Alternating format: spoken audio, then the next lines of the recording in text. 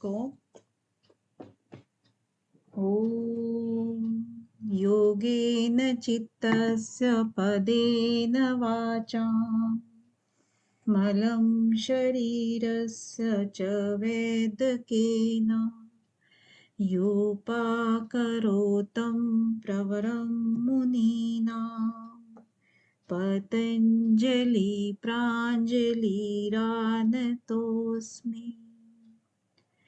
पतञ्जलि प्राञ्जलिरानतोऽस्मि।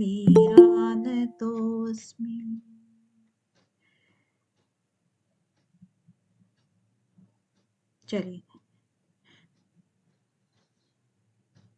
देखिए, कुछ बच्चों ने जो एनरोल कराए थे ना, तो वो नेक्स्ट वीक से वो सारे के सारे आए, मैं तो ये सजेस्ट करूंगी। और जो नहीं आ पाते हैं बाय चांस, तो वो अपना काम जरूर करके दिखाएं, तभी रिजल्ट्स आएंगे ना सामने। जैसे कुछ बच्चों का आ रहा था कि वो कह रहे हैं कि काम किया था, बट अगर उनसे पूछा जाए कि कितनों ने सुनाया है, आपका जो स्टूडेंट परफॉर्मेंस है वो तो शो हो रहा है ना सबका। होमवर्क और वॉइस रिकॉर्डिंग ये दोनों की दोनों नेगलेक्ट हो जाती है अगर आप सुना नहीं पाते हो कंप्लीट पाठ, क्योंकि वो तो स्टेप्स है ना, वो आपके एक तरह से जो यूटी होते हैं ना आपके स्कूलों में, वो यूटी है। एग्जाम है ये वाला सुनाने वाला। जब अगर वही आप नहीं सुनाओगे तो फिर प्रमोट कैसे होगे? हम्म। तो इसलिए वो कंपलसरी है आपका। और धीरे धीरे जैसे 3-3 4-4 सूत्र 5-5 सूत्र अगर डेली कराए जाते हैं तो उनको याद करना इजी होता है। तो साथ साथ चलेंगे सब लोग, इससे हमें थोड़ा सा एनर्जी भी मिलती रहती है ना। अरे उसने सुना दिया, हम पीछे रह गए, ये वाली भावना जब आप लेके आओगे तो अच्छा रहेगा। क्या हुआ, सबको दिक्कत आ रही है क्या? फुल स्क्रीन शो नहीं हो रहा है मीन्स थोड़ा सा कट नहीं कट मैम, हो रहा है।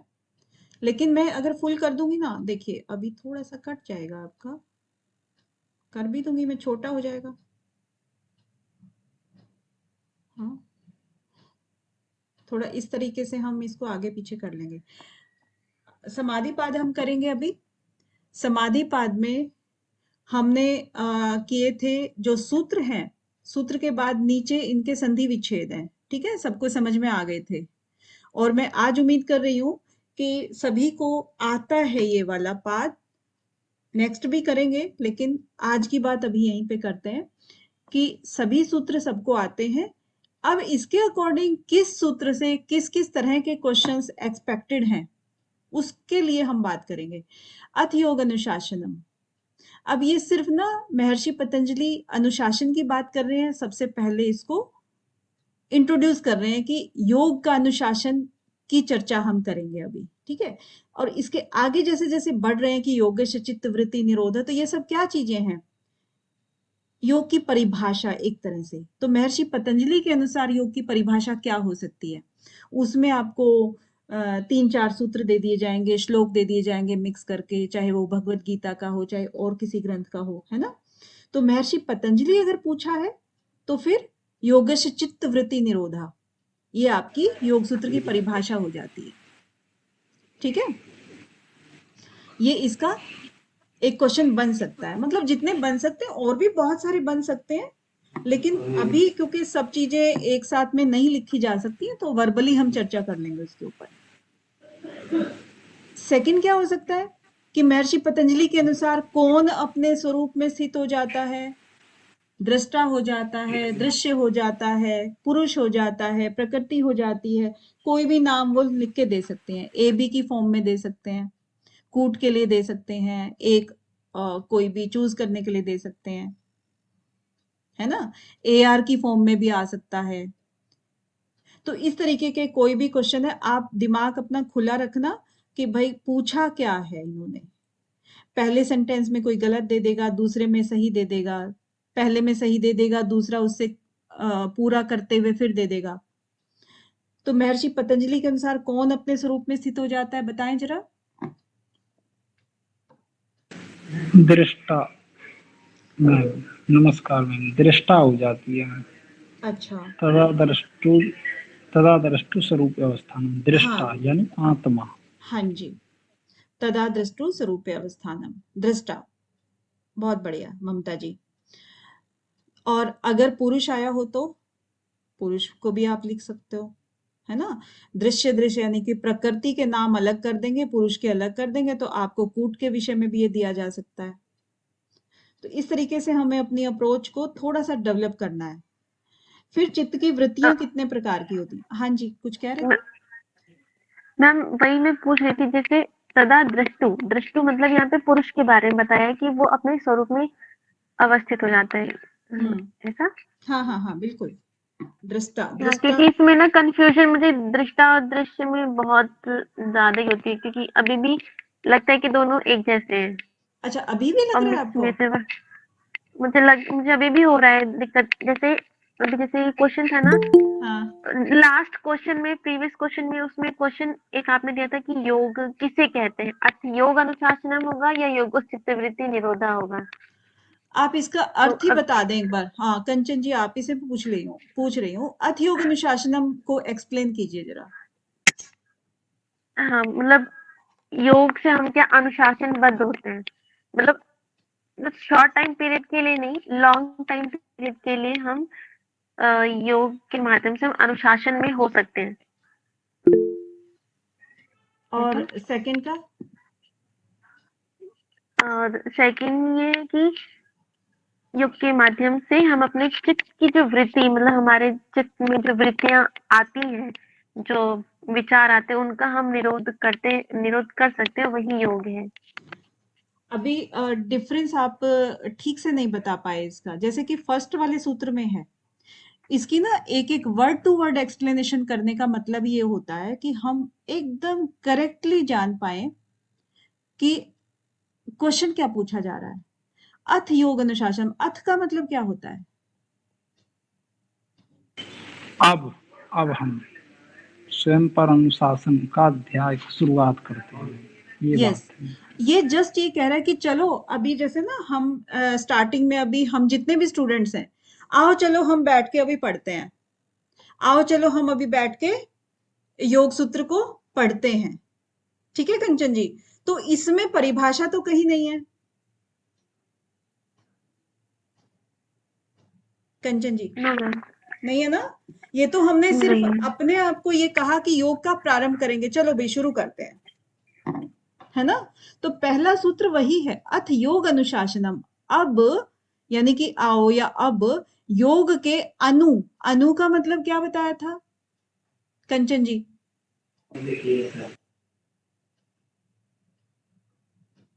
बताऊं? आपसे नहीं पूछा धर्मेंद्र जी, कंचन जी आप बताएं, अनु का मतलब क्या बताया था? अनु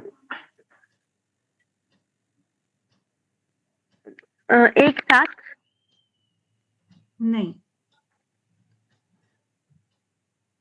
ममता जी, ममता जी,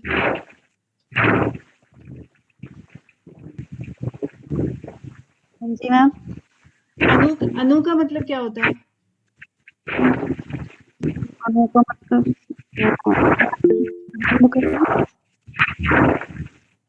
हाँ जी, आरंभ करना शायद मैम। अब देखिए आप ना, पहला योग सूत्र की स्टार्टिंग है और स्टार्टिंग में भी पहला ही सूत्र है।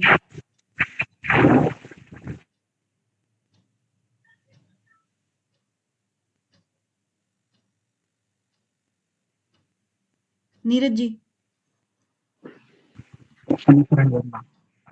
हाँ, अनुसरण करना, अनुसरण करना, ठीक है। यानी कि जो काम पहले से चलता आया है उसी को ही रिपीट करना, उसी को ही करना, सीखना उसको, मैम उसी का व्यवहार करना। हाँ जी, अथ मीने अब, ठीक है मैम। अनुशासन, अनु का मतलब स्वयं पर शासन करते हैं मैम, नहीं जी, नियम स्वयं। अनु का मतलब है अनुसरण करना, जो नीरज जी ने बताया। यहाँ पर जो महर्षि पतंजलि कह रहे हैं ना कि जो ईसा पूर्व 200 ईसा पूर्व जो इन्होंने लिखा था, इसका मतलब ये नहीं है, यहाँ पर ये साबित भी होता है कि इसका मतलब ये नहीं है कि महर्षि पतंजलि ने योग की शुरुआत करी है।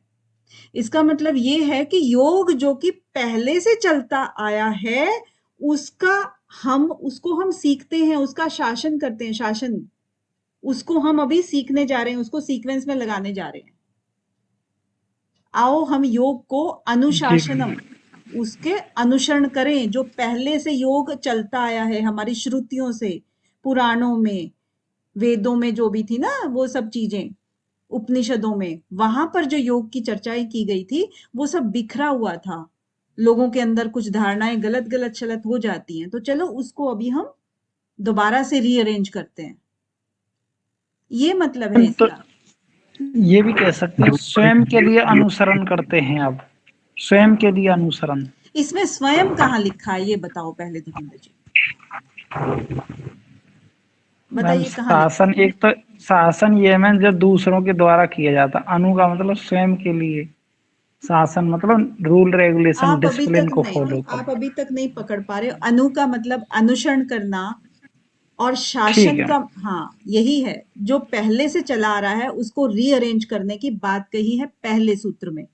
अब ये कंचन जी आपको क्लियर हो जाना चाहिए कि ये परिभाषा नहीं है, ठीक है, एकदम से मैम क्लियर हो गया। क्लियर हो गया ना। ये परिभाषा जी नहीं है, मैम। ये सिर्फ आपको कलेक्ट करने का एक साधन है कि चलो आओ हम सब मिलकर के योग को अरेंज करते हैं, ठीक है, कैसे कैसे पहले चला आ रहा था अब हम उसको देखते हैं।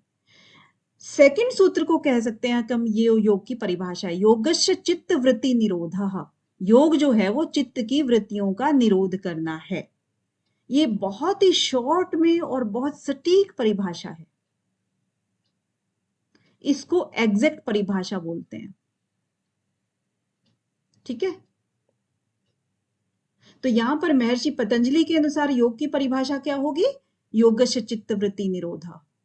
इसके अंदर आपको दूसरे ग्रंथों के सूत्र हैं, श्लोक हैं, कुछ भी वो देंगे और आपको उसमें से चूज करना है कि ये महर्षि पतंजलि के अनुसार है, या फिर इसी में से योग सूत्र के अन्य सूत्र दे दिए जाएंगे और उसमें एक सूत्र आपका ये होगा, तो आपको ये आपको छांटना है, ठीक है। इसके बाद चित्त की वृत्तियां कितने प्रकार की होती हैं निधि जी? 2 प्रकार की मैम, क्लिष्ट और अक्लिष्ट। अच्छा, 2 प्रकार की होती हैं, कलिष्टा और अकलिष्टा। इनको एक्सप्लेन भी कर दीजिए एक बार। मैम क्लिष्ट वो होती हैं जो कि योग साधनों में क्लेश उत्पन्न करती हैं, और अक्लिष्ट वो हैं जो कि योग साधन में सहायक होती हैं, मतलब जो क्लेश नहीं करती। अब इसमें ज्यादातर बच्चों को कंफ्यूजन रहता है कि चित्त की वृत्तियां जो हैं, वृत्तियां, इनके प्रकार पूछे हैं या भेद पूछे हैं। अब भेद और प्रकार में थोड़ा सा देखो, हर एक को ही हो जाता है कि प्रकार क्या होता है, भेद क्या होता है। तो प्रकार जो मैंने देखा है, मुझे एग्जैक्टली पता नहीं, वही बात है ना, मैं तो कहूंगी कि मेरी तरफ से प्रकार हो गए 5 चित्त की वृत्तियों के, अगर मैंने प्रकार पूछा है तो, ठीक है, कितने प्रकार की होती हैं, तो 5 प्रकार की हुई, प्रमाण, विपर्य, विकल्प, निद्रा, स्मृति। और अगर इसमें हम कहें कि जो प्रकार हैं इनमें भेद क्या क्या है, मतलब कैसे कैसे प्रकार कार्य करते हैं, तो वो कलिष्ट और अकलिष्ट है, इसके भेद हो गए। प्रकार के अंदर भी भेद आ गया है कि कोई भी प्रकार है वो कलिष्ट प्रवृत्ति का हो सकता है और अकलिष्ट प्रवृत्ति का हो सकता है, ठीक है। तो इसमें भी क्वेश्चन आपका बन सकता है, हालांकि वो कंफ्यूज करेगा आप लोगों को, तो इसको थोड़ा सा देख लेना। अब इसको सीक्वेंस में लगाना आ सकता है। अभी देखिए चित्त की 5 भूमियां, अब इसके अंदर ही चित्त की 5 भूमियां यहाँ अपने सूत्रों में नहीं दी हुई हैं, तो ये आ सकता है कि चित्त की 5 भूमियां किसने बताई हैं धर्मेंद्र जी? व्यास जी ने मैम, व्यास भाष्य में बताई गई है मैम। ओके, वंदना जी आप सीक्वेंस लगा सकती हैं इनका, 5 भूमियों का?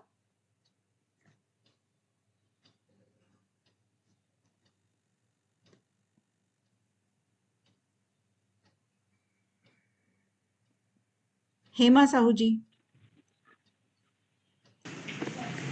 मैम पहले क्षिप्त, दूसरा विक्षिप्त, फिर मूड, नहीं सॉरी सी तो बोल रही हूँ क्या, एकाग्र उसके बाद निरुद्ध। हाँ, पहले बोलिए क्षिप्त बोला आपने, उसके बाद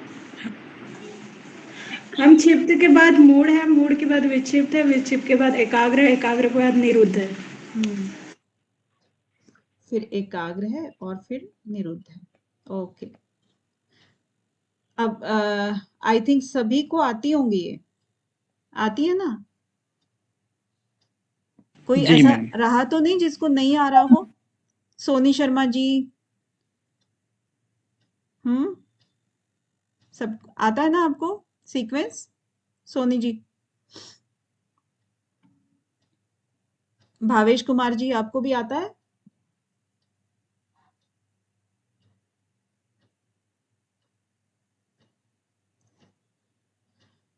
ठीक है, इसके बाद हमारा आता है चित्त की वृत्तियों के भेद आ गए हैं। चित्त की वृत्तियों को क्रम से लगाना है, क्रम से लगाना। भावेश जी,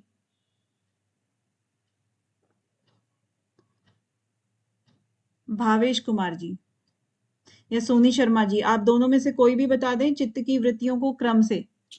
जी मैम। मैम नमस्ते। नमस्ते जी। प्रमाण, विपर्य, विकल्प, निद्रा, स्मृति। वेरी नाइस, बहुत बढ़िया।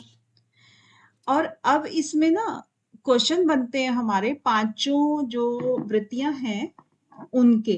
अब उनको हिंदी में देखिएगा आप कि हिंदी में जो है वो लिख के दे देंगे आपको कुछ, या तो संस्कृत में या हिंदी में, तो दोनों ही आपको भाषाओं पे कमांड होनी चाहिए,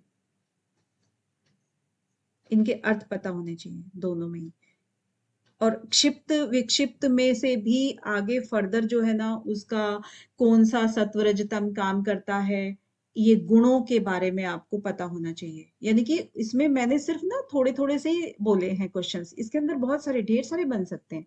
इसमें सारे गुण जो है ना, एक सेकेंड, सारे गुण इसके देख लेना, गुण कितने हैं, उस गुणों के जी मैम। अकॉर्डिंग आपका क्वेश्चन प्रिपेयर होंगे। हम्म,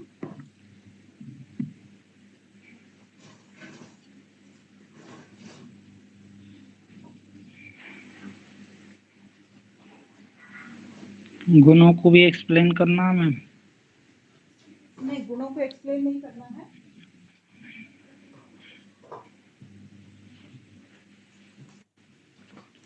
गुणों को नहीं, एक मिनट में चाह रही हूँ, मेरी थोड़ी सी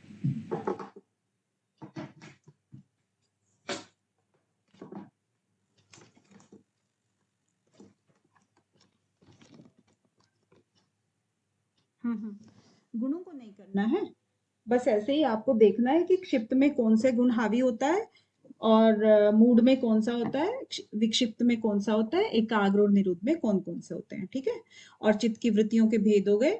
इसके बाद आपके कलिष्ठ है ना, और चित्त की वृत्तियों को क्रम से लगाना हो गया। और महर्षि पतंजलि के अनुसार प्रमाण है। अब प्रमाण में आपको ऑप्शंस दे दिए जाएंगे बहुत सारे, जो हमारे 8 तरह के प्रमाण है ना, उनको मिक्सिंग कर दिया जाएगा, तो वो प्रमाण आपका आ सकता है। और इसके बाद ए बी की फॉर्म में आ सकता है, या फिर ए आर की फॉर्म में भी बना सकते हैं।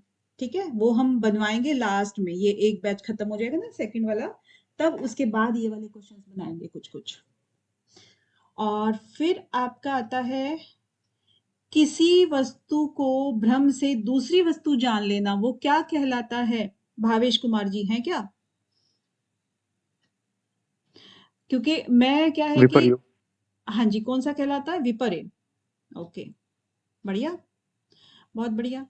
और जो वस्तु से रहित, वस्तु नहीं है, उसके अलावा जो केवल शब्द से जो ज्ञान होता है वो क्या कहलाता है? ममता राणा जी।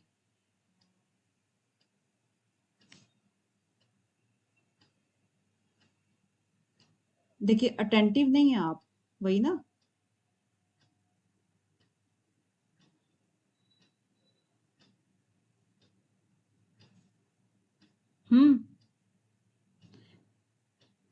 चलिए परवीन जी आप बता दीजिए। जो ज्ञान केवल शब्द पर आधारित हो वो क्या कहलाता है? विकल्प। विकल्प, हाँ, विकल्प, राइट। और अभाव के ज्ञान के आधार पर बनने वाली वृत्ति कौन सी है? मैम निद्रा। निद्रा, वेरी नाइस, बहुत बढ़िया। और अनुभव किए हुए जो विषय हैं उनका अचानक प्रकट हो जाना हेमा साहू जी क्या कहलाता है? स्मृति। स्मृति, बहुत बढ़िया। और चित्त की वृद्धि जो वृत्तियां होती हैं उसके निरोध के उपाय, वो ज्योति भलारा जी।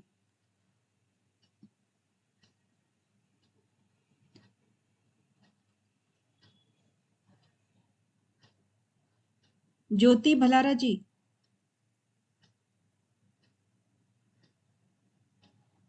मीना कुमारी जी। अभ्यास और वैराग्य मैम। ये सब सामने सामने लिखा हुआ है, फिर भी क्यों डिले कर रहे हैं?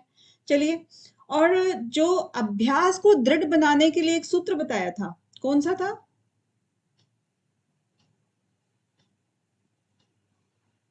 दीर्घकाल तक निरंतरता। कंप्लीट बता दीजिए। सेतु दीर्घकालीन निरंतर सत्कार्य सेवितो देव दृढ़ भूमि। दृढ़ भूमि, हाँ, ओके। और देखे और सुने गए विषयों से वितृष्णा किस प्रकार का वैराग्य है?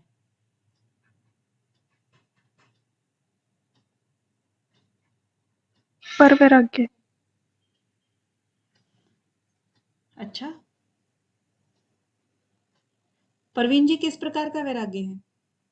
शिकार।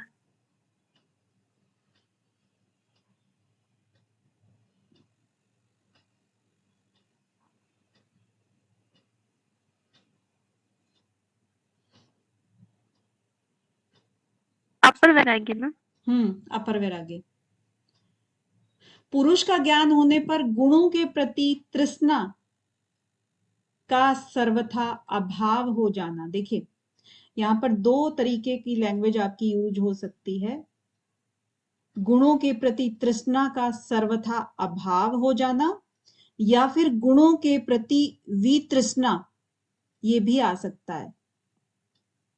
ये यहीं पर भी खत्म कर देंगे। वितृष्णा कौन सा वैराग्य है, इसके आगे नहीं लिखेंगे फिर ये। तो दो तरह की लैंग्वेज यूज हो सकती है, लेकिन इसका मीनिंग एक ही रहेगा। पुरुष का ज्ञान। पर और अपर कई बार मीनिंग मैम बता देंगे आप? अच्छा, देखिए, अपर यानी कि जो पर नहीं है, अ लग गया ना इसका, जो पर नहीं है। और पर वैराग्य जिसमें गुणों का भी क्या हो जाता है, गुणों से भी वितृष्णा हो जाती है, गुण वैतृष्णम। और गुणों से वितृष्णा कब होती है? जब स्थूल जो यहां पर था हमारा, स्थूल से जब हम सूक्ष्म प्रकृति की ओर बढ़ रहे थे, यहां पर पंच महाभूत, फिर इंद्रियां 16 थी ना हमारी विशेष इंद्रियां, 16, 6 हमारी अविशेष थी, उसके बाद हमारा लिंग था, और उसके बाद क्या था? अलिंग, है ना? जब हम अलिंग अवस्था में पहुंच जाते हैं, तब हमारी गुणों से वितृष्णा हो जाती है।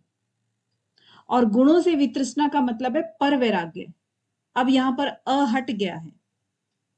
इट मीन्स क्या हुआ? देखे और सुने गए विषयों से वितृष्णा। देखे और सुने गए कौन से? दृष्टानुश्रवी के विषय वितृष्णा से, जो हम देखते हैं या सुनते हैं, इट मीन्स वो स्थूल प्रकृति की देन है ना? और तत् परम पुरुष ख्याते, जब उस परम पुरुष का ज्ञान हो जाता है। परम पुरुष का ज्ञान कब होगा? जब हम सूक्ष्मता की ओर बढ़ेंगे, है ना? तब उन गुणों से भी वितृष्णा हो जाती है। सतुरजतम, तीनों से ही वितृष्णा, उससे भी वैराग्य आ जाता है। ठीक है, तो वो पर वैराग्य हो गया, राइट? इसी को दूसरे शब्दों में हम क्या कह देते हैं? इसको हम कह देते हैं संप्रज्ञात समाधि, और इसको कह देते हैं असंप्रज्ञात समाधि, जिसमें संप्रज्ञात नहीं है, वो अ। ठीक है, अब इन्हीं को दूसरे शब्दों में यहां पर दूसरे तरीके से बोल दिया है। वितर्क विचार आनंद अस्मिता रूप अनुगमात संप्रज्ञात। तो यहां पर ये क्वेश्चन भी आपका बन सकता है, पुरुष का ज्ञान होने पर गुणों के प्रति तृष्णा का सर्वथा अभाव हो जाना कौन सा वैराग्य है? पर वैराग्य है। तो यहाँ पर पुरुष को आप रिलेट कर सकते हो सूत्र से, तत् परम पुरुष ख्याते, पुरुष का ज्ञान है ना, पुरुष ख्याते, पुरुष का ज्ञान होने पर गुणों से वितृष्णा, देखिए लिखा है ना, गुणों से वितृष्णा हो जाना, कौन सा ज्ञान है? परम, पर वैराग्य, तत्परम, राइट। इससे आप सूत्र याद होंगे तो कोई क्वेश्चन गलत हो ही नहीं सकता। चलिए, संप्रज्ञात समाधि को प्राप्त करने के कितने चरण हैं बताएंगे अपने सोनी शर्मा जी।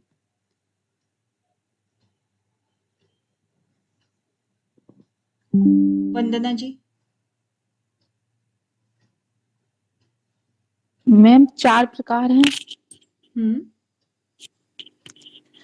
वितर्क, विचार अनुगत, वितर्क अनुगत, मैम सही, और अस्मिता अनुगत, और एक और है आनंद अनुगत।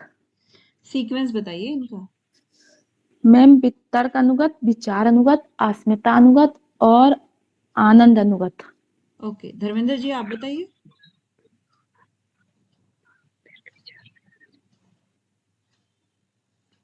धर्मेंद्र जी मैम आप मैं कहीं और बताऊं? बिजी हैं, आप कहीं और बिजी हैं ना धर्मेंद्र जी? कोई बात नहीं जी, नहीं मैम, मुझे सब पता है नहीं ना, मैम। मुझे पता है धर्मेंद्र जी आप बिजी हैं, और इसी चीज को आपको कंट्रोल करना है, जहां भी रहो 100% रहो।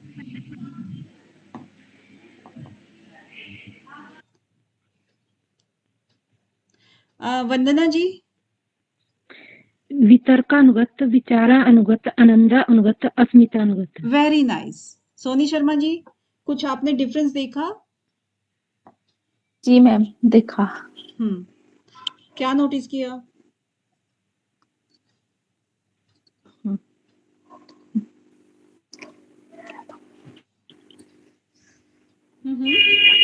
मैम सीक्वेंस सही नहीं था मेरा, और मतलब बोलने का ढंग भी सही नहीं था, बस मैडम मैंने थोड़ा ही पढ़ा है अभी। हाँ नहीं कोई बात नहीं, देखिए ये लर्निंग स्टेज है, इसमें आप 1000 गलतियां करो मुझे खुशी होगी उल्टा, क्योंकि आपको अपना ही पता लगेगा, और उसी को एक्सप्लेन करेंगे ना तो 2 लोग और सुनते हैं, उनके अनकहे, जैसे उन्होंने नहीं भी पूछा, मान लीजिए डाउट है अंदर, तो उनके भी तो क्लियर हो रहे हैं ना जी, उसमें कोई बड़ी बात नहीं है। जी मैम। इसके बाद हमारा आता है संप्रज्ञात समाधि के चरण हो गए, उनके क्रम हो गए, ठीक है। और पर वैराग्य के अभ्यास से कौन सी समाधि घटित होती है, ये भी इंपॉर्टेंट क्वेश्चन बनता है आपका। पर वैराग्य कौन सी घटित होती है प्रवीण जी? Yes ma'am. कौन सी समाधि घटित होती है पर वैराग्य के अभ्यास से? परवैराग्य के असंप्रज्ञात। हाँ, असंप्रज्ञात समाधि, very nice.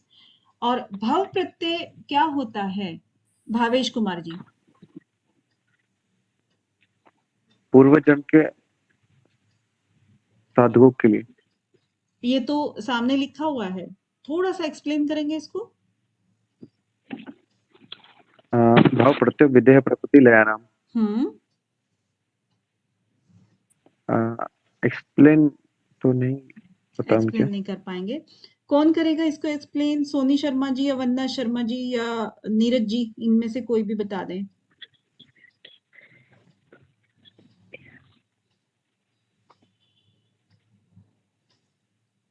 Raman ji, Meena ji. Ma'am भव मीन्स जो साधक थे, जो उनका त्याग हो गया था, समाधि बीच में रह गई थी। देह का त्याग हो गया था बीच में, फिर उनके संस्कारों के आधार पर अगले जन्म में उन्हें मिल जाती है बहुत जल्दी में। मतलब भव, यही भव मतलब दूसरा संसार जन्म। होता। जी नहीं मैम, इस जन्म को त्यागने के बाद जब वो दूसरा जन्म लेते हैं, फिर उनको आसानी से फिर आगे यम नियम स्टेप फॉलो ना करते हुए जो चीज पहले वो कर चुके हैं, उनके संस्कारों के आधार पर ही बहुत जल्दी लग जाती है उन्हें असंप्रज्ञात समाधि, जिसमें उन्हें दूसरा जन्म लेना पड़ता है। ठीक है। तो भव, भव प्रत्यय मतलब, भव का मतलब बताया था ना, संसार होता है, वैसे संसार सागर, भव, इस भव सागर में, है ना। तो इस यहाँ पर जिन साधकों ने योग साधना के अंतर्गत वो आगे बढ़े थे और बीच रास्ते में या एंड होते होते साधना के लाइन में जब वो चल रहे थे, एंड होते होते यानी कि समाधि तक हमारे 4 स्टेप बताए, वितर्क, विचार, आनंद, अस्मिता। वो अगर किसी भी स्टेप पर जब देह त्याग हो गया उनका, असंप्रज्ञात समाधि तक नहीं पहुंचे, तब उनका जन्म ही इसलिए होता है, भव प्रत्यय, उनका संसार में आना ही वो रीजन है जिसमें कि वो असंप्रज्ञात समाधि को प्राप्त कर सके। ठीक है, उनका रीजन, जन्म ही इस कारण से होता है। इसके बाद अगला है उपाय प्रत्यय किस प्रकार के साधकों के लिए है। मीना कुमारी जी।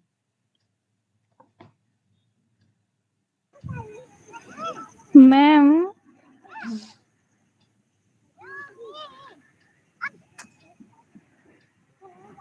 जो पिछले जन्म में ये भाव प्रत्यय विधेय प्रकृति को ये अवस्था प्राप्त कर चुके थे, नहीं सॉरी मैम, उपाय प्रत्यय मैम सामान्य योगियों के लिए है जो मतलब शुरू से करना चाह रहे हैं।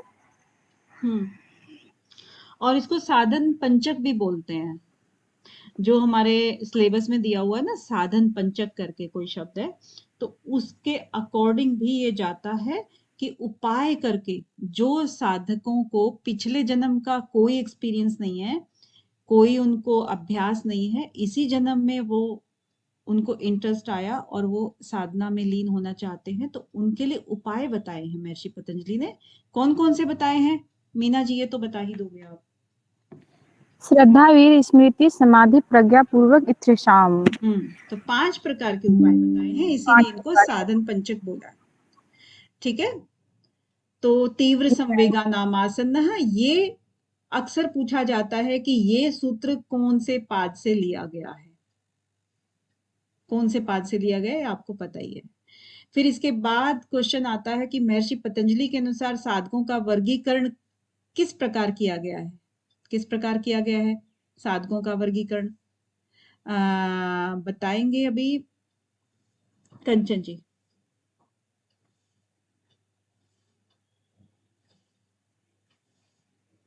मैम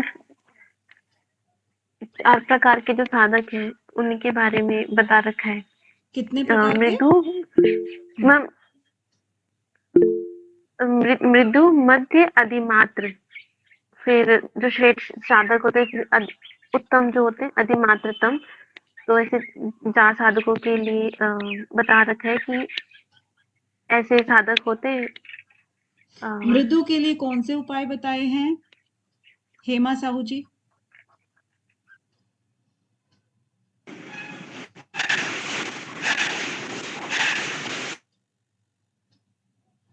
भावेश कुमार जी? नहीं बोला। अंजलि जी? हाँ, वेरी नाइस, अष्टांग बोला ना आपने? हाँ मैम। मध्य प्रकृति के साधक के लिए Bhavesh ji? No ma'am. Okay, एक सेकेंड। सोनी शर्मा जी? मैम नहीं पता। नहीं पता, कोई बात नहीं। और इसके आगे कौन है?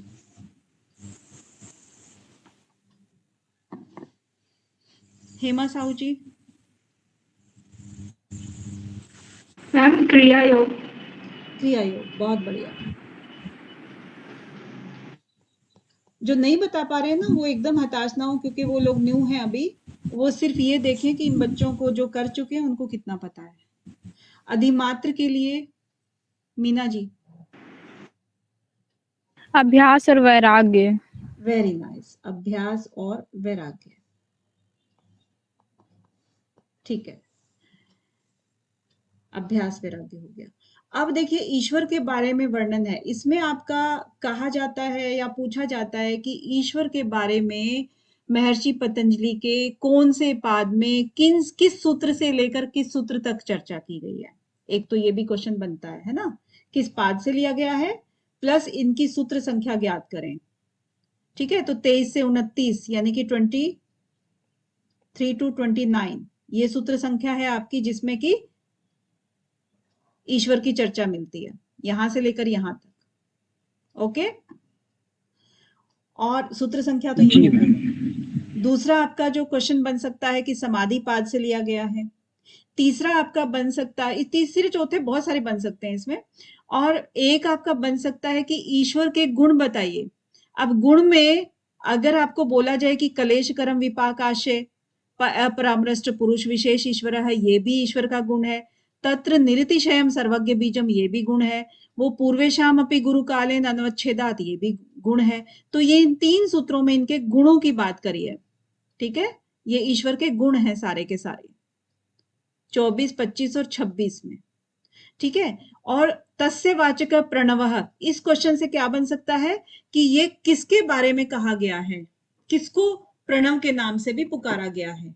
ठीक है, तो उसमें आप क्या कहोगे, ईश्वर के लिए, राइट। और किसको उसकी अर्थ भावना के साथ जप करना चाहिए, इसमें भी ईश्वर का है कि ईश्वर के बारे में ही तो कहा है, या ओम प्रणव के बारे में कहा है कि उसका जप हमें उसके अर्थ भावना के साथ करना चाहिए, जिससे कि आगे जिससे कि उसकी जो आंतरिक चेतना है उससे हमें अधिगम होता है, उससे हमें चेतना मिलती है कि सारी अंतराएं जो है उनका भी अभाव हो जाता है। जो अंतराएं आ रही थी ना, और अंतराएं फिर आगे बताई हैं व्याधि सत्यान, कौन कौन सी अंतराएं हैं, ये सब अंतराएं हैं, राइट। तो ओंकार का अर्थ सहित जप करने से किसका अभाव हो जाता है, किसका अभाव हो जाता है अंजलि जी।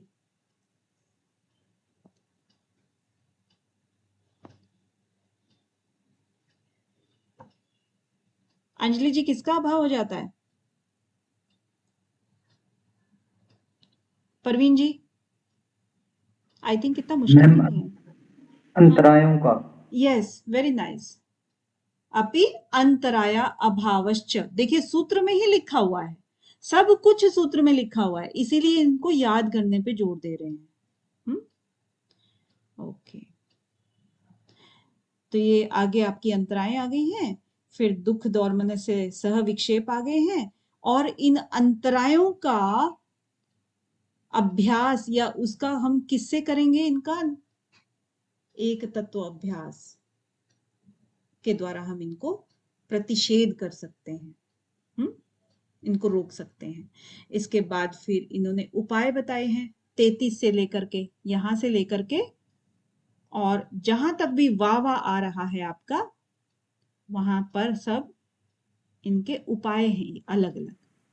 मैम, हाँ जी मैम थोड़ा सा 30वां सूत्र का ये 9 का थोड़ा अर्थ बता दीजिएगा ना, ये मतलब याद नहीं रहता मैम। कौन सा, ये अनवस्थित तत्वानी? नहीं मैम, पूरा अच्छा, सीरियल वाइज में। सीरियल वाइज, ओके, चलिए आप ही लोगों से एक्सप्लेन कराते हैं एक बार। करेंगे ज्योति भलारा जी। ज्योति भलारा जी, व्याधि क्या होता है?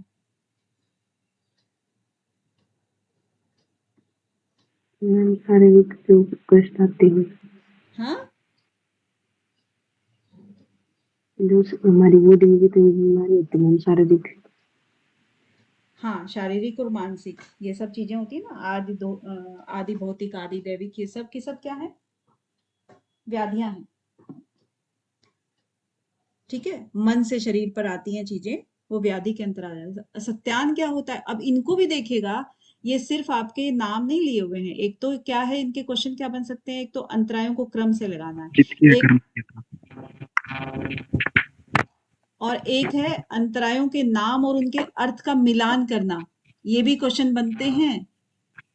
पहले इनके नाम आ जाएंगे सारे के सारे, जो है ना व्याधि सत्यान संशय सीक्वेंस में आ जाएंगे, फिर इनके अर्थ आएंगे बीच में, जो हिंदी में एक्सप्लेन कर रहे हैं, जो अभी आपसे कराएंगे, और उसके बाद उनको मिलान करना आएगा। तो इट मीन्स आपको हर शब्द का अर्थ क्लियर होना चाहिए। सत्यान, सत्यान क्या होता है? किसने बताया था अभी? इसने, नीरज जी ने बताया था, चित्त की अकर्मण्यता, यानी कि चित्त करना नहीं चाहता है। व्याधि आ गई पहले मन में, फिर शरीर में, या व्याधि आदि व्याधि जो भी है, बहुत सारी है ना ये वाली, तो उनसे फिर आगे मन ही नहीं करना चाहता है। चलो आदि व्याधि नहीं है हमारे पास, फिर भी मन जो है, चित्त है हमारा, योग नहीं करना चाहता है।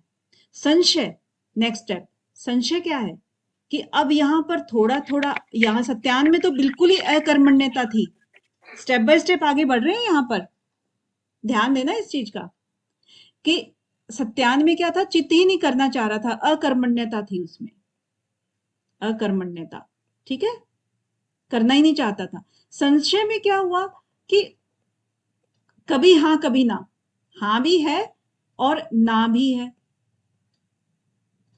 तो फर्क पड़ गया ना, हल्का हल्का पॉजिटिव की तरफ आ रहा है। संशय है बट उसको भी कि भाई नहीं नहीं करना है, हाँ हाँ ठीक है, मतलब है, पॉजिटिव पॉइंट भी है, लेकिन नहीं करना है, या कल करेंगे, परसों करेंगे, ऐसे मतलब थोड़ा सा वो प्रमाद में आता है फिर, क्योंकि करना है। यहाँ पर हाँ और स्ट्रोंग हो गई है प्रमाद में, प्रमाद में हाँ और ज्यादा स्ट्रोंग हो गई है, यहाँ पर ना का रेशियो कम हो गया, हाँ का ज्यादा हो गया, ठीक है। लेकिन अभी उसका प्रमाद है कि शाम को करेंगे या फिर करेंगे, तब करेंगे, ऐसे करके मतलब प्रमाद है, वो करना नहीं चाह रहा है। लेकिन शुरुआत बहुत मुश्किल होती है ना बहुत लोगों की अच्छे कामों के लिए, वही है आलस से। फिर अब यहाँ पर हाँ और स्ट्रोंग हो गई है, ठीक है, हाँ और अधिक स्ट्रोंग हो गई है। यहाँ पर अगर मैं एक डंडा और लगा दूं, यहाँ पर 2 डंडे और लगा दूं अगर, तो और स्ट्रोंग तो हो गई है, लेकिन यहाँ पर भी वो आलस कर रहा है कि अभी नहीं, मतलब पॉजिटिव की तरफ जाता जा रहा है। फिर अविरति, अविरति, विरति क्या होता है? विरति होता है वैराग्य, है ना, लेकिन अ लग गया है तो इट मीन्स अभी भी वो विषयों में लिप्त है, उसको कहता है कि टाइम नहीं लग रहा है, अभी इसके लिए टाइम नहीं है, यानी कि इसको अभी भी गौण समझ रहा है। हम बहुत सारी चीजें ऐसी सोचते हैं कि ये अच्छी चीजें हैं, लेकिन करेंगे, टाइम मिलने पे करेंगे। जैसे होता है ना कि अभी हमारी उम्र थोड़ी है पूजा करने की, बहुत लोग ऐसे बोलते हैं ना, तो वो वाली बात है, अविरति है अभी इसमें, यानी कि अभी विषयों में लिप्त है। फिर कहते हैं भ्रांति दर्शन। भ्रांति दर्शन में क्या आता है कि अगर किसी को योग स्टार्ट कर लिया इसने अभी, ठीक है, योग स्टार्ट करने के बाद उसको लग रहा है कि उसके पेट में दर्द हो गया क्योंकि कपालभाति किया और ज्यादा कर लिया, या उसको अभी नहीं करना था, थोड़ा सा टाइम के बाद करना था, लेकिन उसने अभी कर लिया, तो वो लगा कि पेट में दर्द हो गया। अब दर्द हो गया तो उसको भ्रांति हो गई कि ये तो मेरा योग से हुआ है, तो वो भ्रांति हो गई, यानी स्टार्ट किया लेकिन वो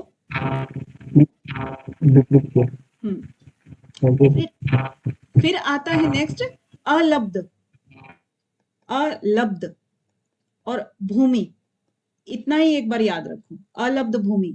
अब यहाँ पर जो भूमियां थी ना, चित्त की भूमियां जो बोल रहे थे, भूमि का मतलब क्या हुआ कि जहां पर आप खड़े हो वो भूमि है।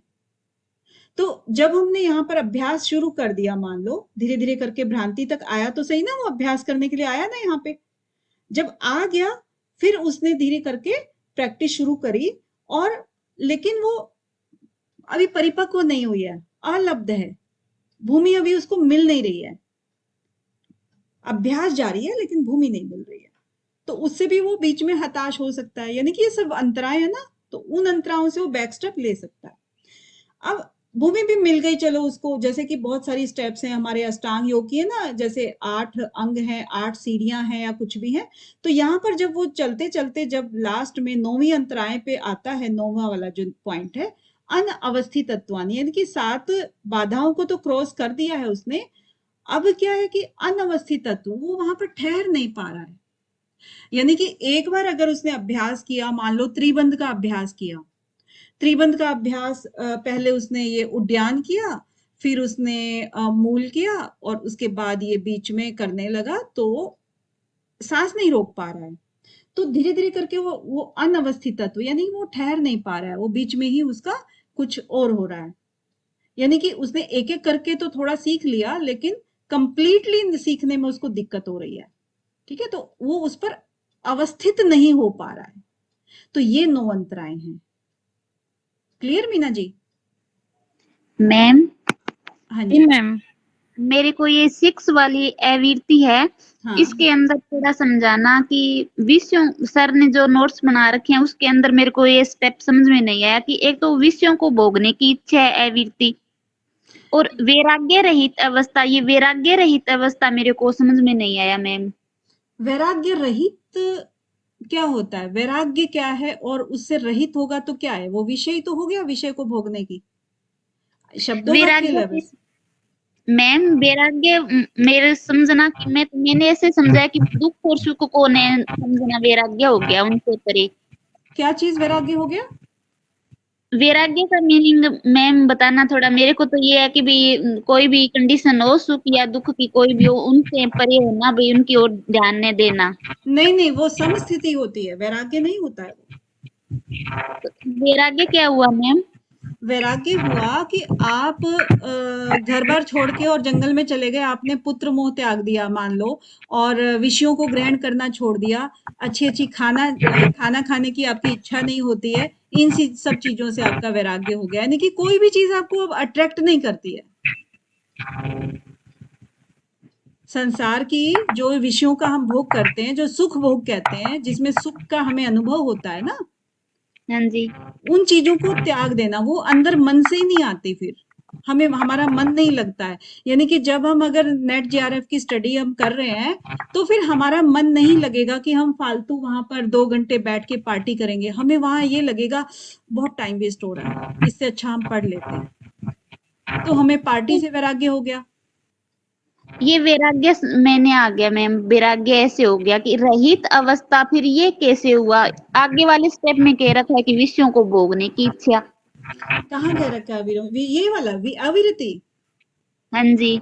तो विरति पहले देखिए ना, विरति क्या होता है? विरति मतलब वैराग्य,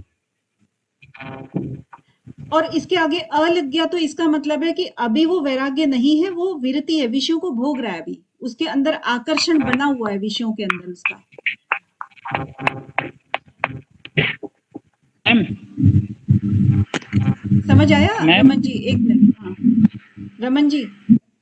जी मैम, ये फिर आगे वाला इसके साथ एक्सप्लेन हो रही है मैम सही। फिर वैराग्य रहित क्यों लिखा है मैम? सहित लिखना, वैराग्य सहित अवस्था। तो वैराग्य सहित हो जाएगा तो वो कहाँ रहा? अंतराय कहाँ रहा? फिर वो अंतराय थोड़ी हुआ, अंतराय का मतलब बाधा। Okay ma'am. यानी कि यहाँ पर ये गोलमोल बात कर रहे हैं, बच्चों को थोड़ा सा इधर से भी समझा रहे हैं, उधर से भी समझा रहे हैं, सीधे सीधे शब्दों में नहीं कह रहे हैं ये। नहीं तो यहाँ पर सीधे सीधे आप वो भी कह देते विषयों के साथ में भोगना, यानी कि जो बच्चे के डायरेक्ट ही समझ में आ जाए। अब यहाँ अविरति लिखा है, टेढ़ा करके बता दिया कि विरति से रहित, वैराग्य से रहित, यानी कि वैराग्य से रहित हो गया ना, वैराग्य नहीं है उसके मन में। और यही चीजें जी आप लोगों को क्वेश्चन में भी गड़बड़ करेंगे फिर। ठीक है, तो ये आपका 33 से 39 तक फिर आपका आता है, सारे के सारे उपाय आते हैं चित्त को प्रसन्न करने के। अब इस बार भी क्वेश्चन बना था ना कि चित्त को प्रसन्न करने के कौन कौन से उपाय हैं, तो इसका आपको बताया गया था कि जहां जहां पर भी आपका वाह है, इट मीन्स आपके ये अलग अलग उपाय हैं। ठीक है, सबके सब अलग उपाय हैं। इसके बाद देखिए ये फिर हम क्या करें, अभी क्वेश्चंस मुझे कुछ करने थे टेलीग्राम पे, ताकि आप में से कुछ बच्चों को समझ भी आए कि कैसे टेलीग्राम चलाया जा रहा है, किस तरह से क्वेश्चन जी अटेम्प्ट होते हैं। जी करें मैम। करें जी मैम। ओके।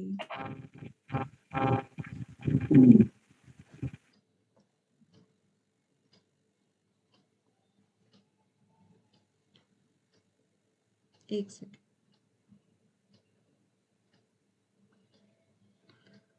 यहीं पर शेयर करते हैं।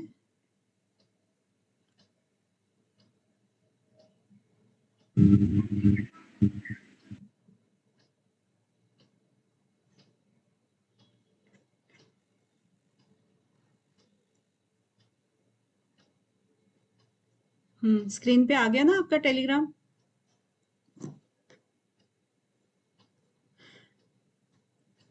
तो यहाँ पर ना अभी देखिएगा, मैं एक क्वेश्चन लेकर आती हूँ यहीं पे।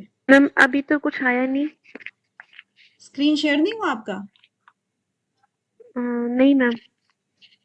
किसी का नहीं नहीं हुआ मैम, क्या? हो गया हो गया है ना? कंचन जी मैम, देखिएगा। हो गया परसेंट और हाँ, तो देखिए, जब भी ये बाद में ना आप लोगों से भी मुझे काम कराने हैं, इसलिए एक बार ध्यान से देख लें कि जैसे क्विज़ेज़ है, अपने आप क्विज़ में जाएँगे और उसमें आप देखेंगे कि ये इस तरीके से आता है। जिसने भी बनाए होंगे ना क्वेश्चंस, तो उसको पता लग जाएगा।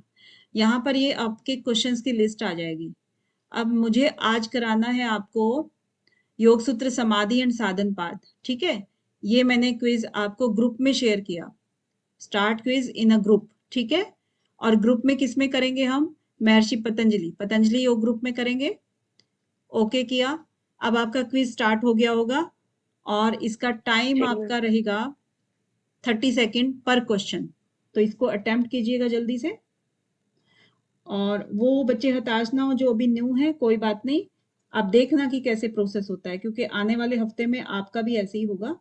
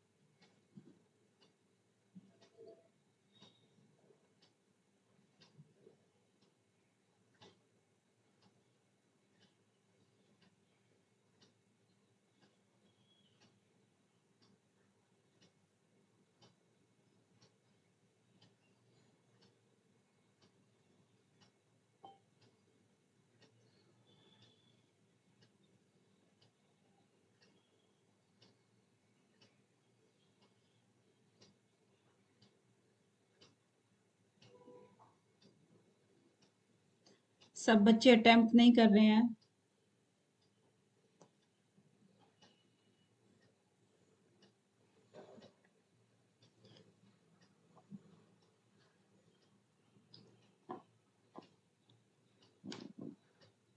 अटेम्प्ट नहीं करोगे ना तो कैसे पता लगेगा खुद की गलतियों का, फिर हमें भी कैसे पता लगेगा कि आपका लेवल क्या है।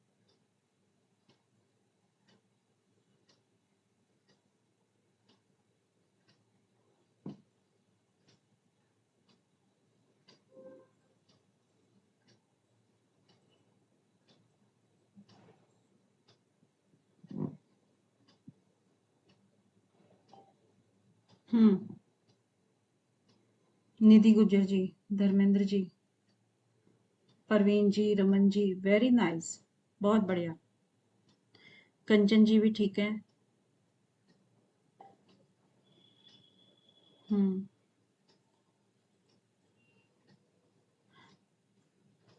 अभी देखो इसमें जो यहाँ पर है ना, फर्स्ट क्वेश्चन है जो बीजी जोशी, ये यहाँ पे है नहीं, जैसे क्लास में नहीं है ना, तो आप देखो कि जो नहीं है इट मीन्स ये रेगुलर नहीं है, और उन्होंने ये आंसर दिया है। जो क्लास में है, जो समझ रहे हैं कि दोनों तीनों सूत्रों में डिफरेंस क्या है, तो उसका कभी गलत नहीं हो सकता। हाँ जी, भावेश जी क्या कहना चाह रहे हैं? मैम नहीं था आप है ये? जी। अच्छा अच्छा, ओके। लेकिन आप तो क्लास में थे ना अभी। जी मुझे मुझे ही रॉन्ग साबित कर दिया। हाँ, सेम चीज और सेम लैंग्वेज में मैंने आपको बताया था, तो क्या हुआ, कैसे गलत हो गया? कोई बात नहीं, हो सकता है, क्योंकि एकदम से प्रैक्टिस नहीं होती है चीजों की, तो थोड़ा सा अभी इसका। पढ़ रहा था मैम जी। अच्छा, ठीक है, तो आपका है ये, ओके, कोई बात नहीं। नेक्स्ट क्या है? नेक्स्ट है सर्वरत्नोपस्थानम। ये थोड़ा सा आज डिस्कस नहीं हुआ, बट क्योंकि आप सबको सब आता है इसलिए। अब देखिएगा, अस्तेय, अपरिग्रह किस किसने बोला? सोनी जी। सोनी जी, आप स्टार्टिंग में तो आपने ज्वाइन किया था, लेकिन आई थिंक बाद में आप आउट हो गए थे, ऐसा क्या क्लासेस से? सोनी शर्मा जी, अब पता नहीं लगता है ना, नाम कहीं शर्मा है और कोई हो।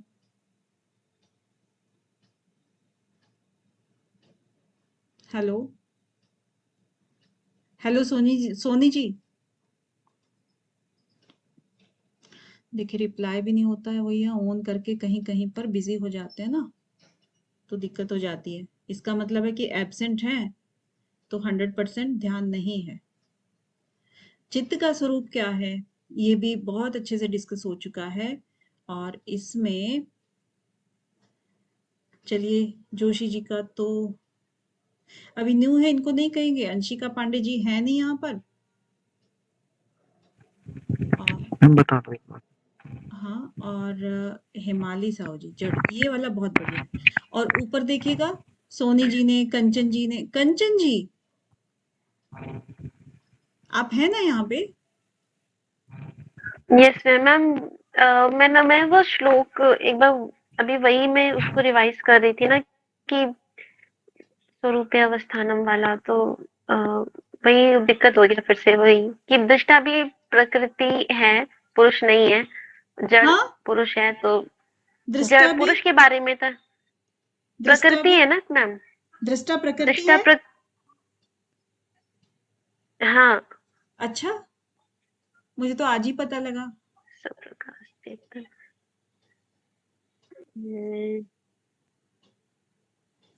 आपको पहले तो ना पकड़ के अच्छे से दृष्टा और दृश्य समझाना पड़ेगा। मैम इसमें पता नहीं क्यों इतनी कंफ्यूजन हो रही है हमेशा, जड़ चेतन दृष्टा दृश्य, इसमें हो जा रहा है देखो, कंफ्यूजन। दृष्टा दृष्टा मतलब देखने वाला, और दृश्य दृश्य मतलब जिसको देखा जाता है। अगर आप मुझे देख रहे हो तो आप दृष्टा हो, मैं दृश्य हूं, और अगर मैं आपको देख रही हूं तो मैं दृष्टा हूं, आप दृश्य हो। दृष्टा मतलब देखने वाला, और यहां पर हमारे योग सूत्र में और सांख्य दर्शन में दृष्टा का मतलब होता है पुरुष, यानी आत्मा, पुरुष देखता है, और दृश्य मतलब प्रकृति। ठीक है, तो यहां पर जो पहले 3 जो दिए हुए हैं ऑप्शन, दृष्टा, स्वप्रकाश, चेतन, ये सारे के सारे दृष्टा का ही रूप है।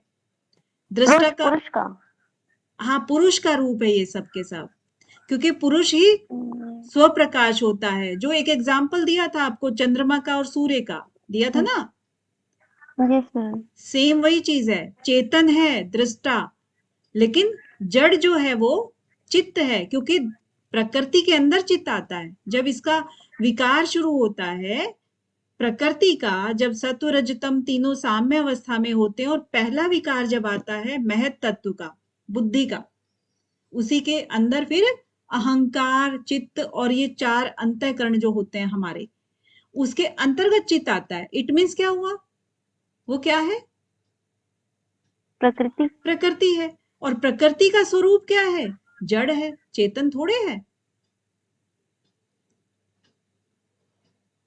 क्लियर है? क्लियर है। हाँ, ज्योति भलारा जी क्लियर है?